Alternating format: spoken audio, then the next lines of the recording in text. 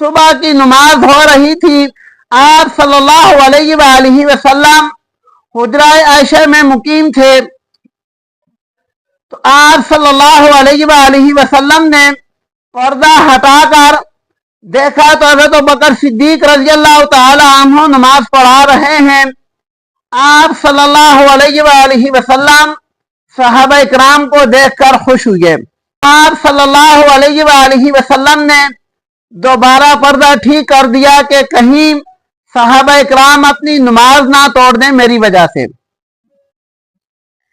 چنانچہ نماز پوری کرنے کے بعد حضرت ابوبکر صدیق رضی اللہ تعالی عنہ حجرہ میں تشریف لائے۔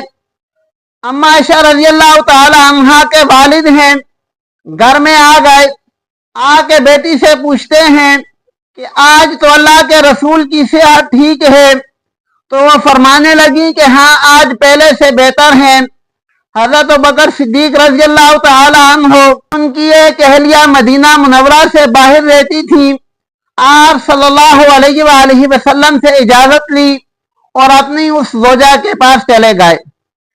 باقی صحابہ اکرام کو بھی جب معلوم ہوا کہ آپ صلی اللہ علیہ وآلہ وسلم کی طبیعت پہلے سے بہتر ہے تو وہ بھی اپنے اپنے کام میں لگ گئے۔ جب سب لوگ چلے گئے تو آپ صلی اللہ علیہ وآلہ وسلم کی طبیعت خراب ہوئی۔ اس وقت گھر میں سیدہ عائشہ رضی اللہ تعالی عنہا موجود تھیں۔ آپ صلی اللہ علیہ وآلہ وسلم نے اپنا سر مبارک سیدہ عائشہ رضی اللہ تعالی عنہا کے سینہ مبارک کے اوپر رکھا، اور یہ آپ صلی اللہ علیہ وآلہ وسلم کا آخری وقت تھا۔ حضرت عائشہ رضی اللہ تعالی عنہا کے بھائی تشریف لائے، ان کے ہاتھ میں مسواک تھی۔ وہ کہنے لگے کہ اللہ کے رسول آپ ابھی مسواک کرنا پسند کریں گے؟ امی عائشہ رضی اللہ تعالی عنہا نے وہ مسواک لی، اپنے منہ سے چبا کر آپ صلی اللہ علیہ وآلہ وسلم کو دے دی۔ آپ صلی اللہ علیہ وآلہ وسلم نے آخری کام جو کیا وہ یہ مسواک کا کیا۔ پھر اس کے بعد آپ صلی اللہ علیہ وآلہ وسلم نے ہاتھ اٹھا کر یہ دعا کی، اللہم فی الرفیق الاعلی، کہ میں رفیق اعلیٰ کو پسند کرتا ہوں یا اس کے پاس جاتا ہوں۔ اور آپ صلی اللہ علیہ وآلہ وسلم اس دار فانی سے رخصت ہو گئے۔ اس وقت امی عائشہ رضی اللہ تعالی عنہا موجود تھیں۔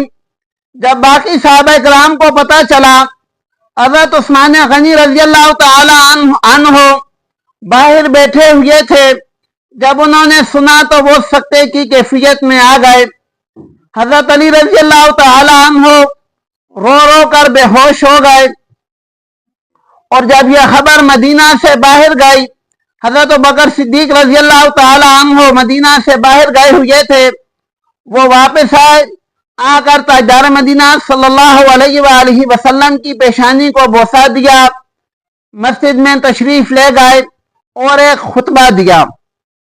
حضرت ابوبکر صدیق رضی اللہ تعالی عنہ نے فرمایا، جس کا اردو میں ترجمہ یہ بنتا ہے کہ تم میں سے جو اللہ کی عبادت کرتا تھا تو فإن اللہ حی، اللہ زندہ ہے، ومن کان یعبد محمدا، اور تم میں سے جو تاجدار مدینہ صلی اللہ علیہ وآلہ وسلم کی عبادت کرتا تھا تو آپ صلی اللہ علیہ وآلہ وسلم اس دنیا سے کوچ کر گئے۔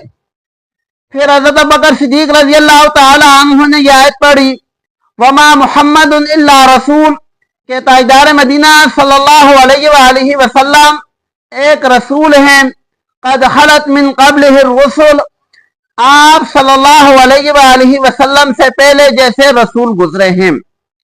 افإن مات، تو کیا جب آپ صلی اللہ علیہ وآلہ وسلم فوت ہو جائیں گے، او قتل، یا شہید ہو جائیں گے، انقلبتم علی اعقابکم، تو تم الٹے پاؤں پھر جاؤ گے، یعنی کیا تم اسلام کو چھوڑ دو گے؟